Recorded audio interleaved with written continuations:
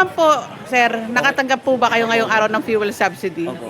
Sir, matanong ko lang po, malaking tulong po ba itong natanggap nyo na cash subsidy ngayong Malaki araw? po, malaki po. Bakit, Sobra. sir?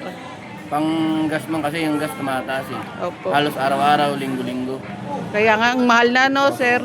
Eh, madali lang po ba ang proseso nito ngayong araw? Yung Madali lang pagkuha naman, nyo po? Madali lang. Step by step naman eh.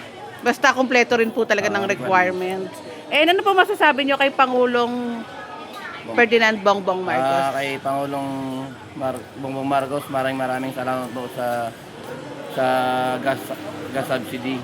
Malaking tulong po ito. At sa ating butihing Yorme Mayors ko. Buting Yorme. Ano pong Maraming salamat po. masasabi nyo? Kasi pinabilis niya rin po itong subsidy na pagbibigay po sa inyo. And kamusta naman po ang pamamasada nyo pala, sir? Sa ngayon ma'am, mahirap kasi di ba yung gas, halos wala na kami naiuwi sa pamilya. Dati po ba magkano ang gas? Dati ang gas ma'am, nagagas ako ng 200 sa maghapon. Sa ngayon, maabot na ng 450 to 400. Oh, doble plus.